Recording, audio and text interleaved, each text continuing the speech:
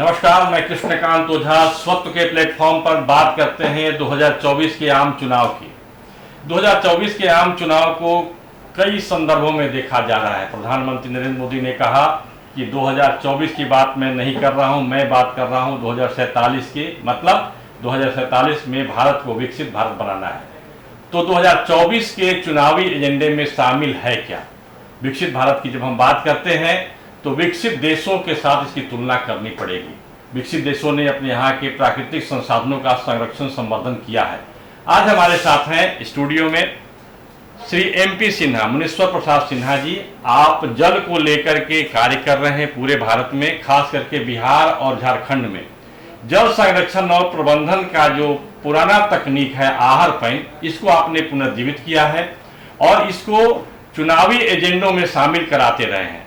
आज हम बात करने जा रहे हैं 2047 के पहले उसके दहलीज पर खड़े 2024 के आम चुनाव में क्या जल मुद्दा है?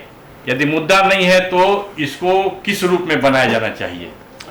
जल तो एक विस्तृत मुद्दा है और जल एक अपने आप में जल संस्कृति पूरे भारतीय संस्कृति से जुड़ा हुआ है। जो जल संस्कृति है, जल की एक परंपरागत हमारे भारतीय संस्कृति में पूजा होती है।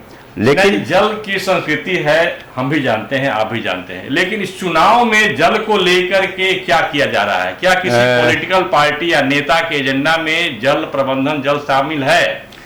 जल की प्रमुखता नहीं दिया गया है। जैसे जल, जंगल और जमीन।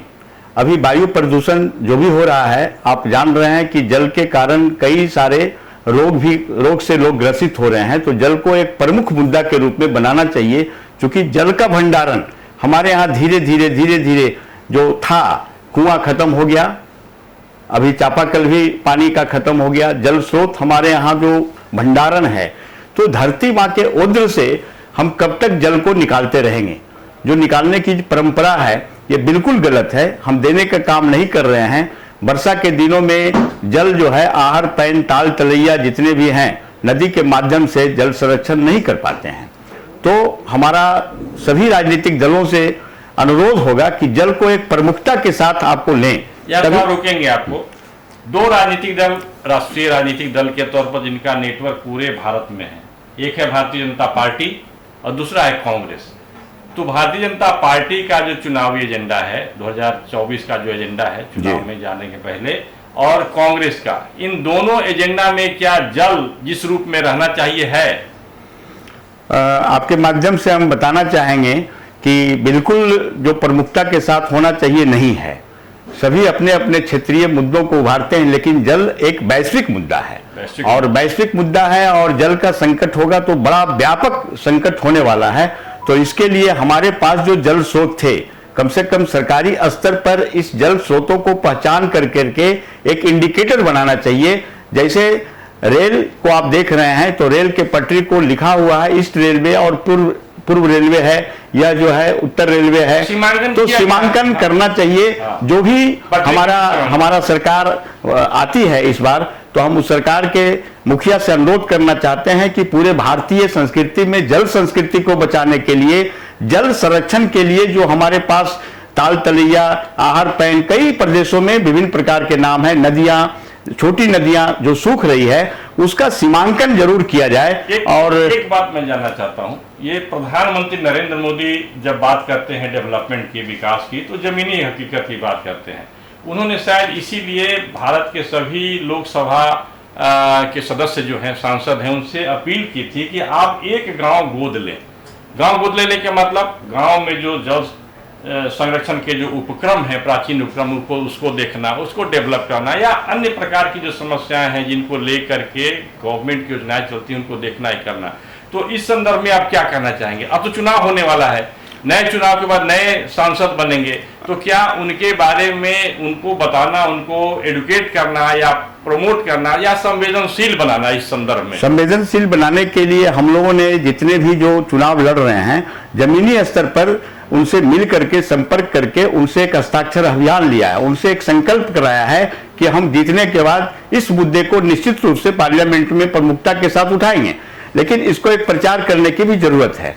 जो हमारी एक जल की परंपरा रही है, जो हम जल को बहुत कम फीट से निकालते थे, आज जल दूर क्यों जा रही है। तो ऐसा लोगों से बातचीत किया गया है। और आहार पैन बचाओ अभियान आप जानते हैं कि एक गांव स्तर का किसानों का एक बड़ा एक जन आंदोलन के रूप में खड़ा हुआ है पूरे देश में। और हम लोगों से अपील करते हैं कि इस मुद्दे को एक प्रमुखता के साथ उठाएं। आप जब पार्लियामेंट में जाएं तो इस मुद्दे को जरूर प्रमुखता के उठाएं। देखिए, जल जीवन है और जल सबके लिए जरूरी है। जल के साथ जुड़ा हुआ है जल, जंगल, जमीन और वायु प्रदूषण। अभी काफी वायु प्रदूषित होते जा रहा है, सभी लोग जानते हैं। तो इसको जल के लिए हम लोग निश्चित रूप से अनुरोध करेंगे। जो हमारे नई सरकार आएगी उनसे भी हम लोग काफी अनुरोध करते हैं कि इसको प्रमुखता के साथ धन्यवाद उठाएं। एमपी सिन्हा जी, जो कि जल को लेकर के एक एक्टिविस्ट हैं, पूरे देश में भ्रमण करते हैं, बिहार और झारखंड में इनका काम चल रहा है। इनका मानना है कि जल को लेकर के जिस प्रकार की संवेदनशीलता होनी चाहिए थी वह नहीं है। और राजनीतिक दलों ने भी इस अति महत्वपूर्ण मुद्दे को की उपेक्षा तो नहीं की, लेकिन उस पर जिस प्रकार की योजना और जिस प्रकार की घोषणा होनी चाहिए थी, जिस प्रकार से चुनाव के अवसर पर इस मुद्दे को उठाना चाहिए था, उसको नहीं उठाया।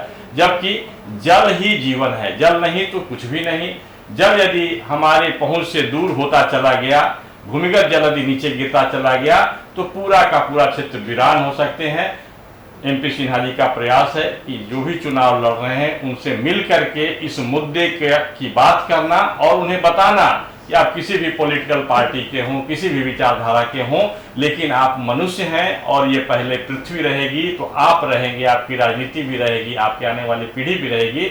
इसीलिए जल को लेकर के आप विचार करें और सरकार की नीतियों में शामिल कराएं। स्वतः समाचार के लिए कृष्णकांत ओझा। नमस्कार।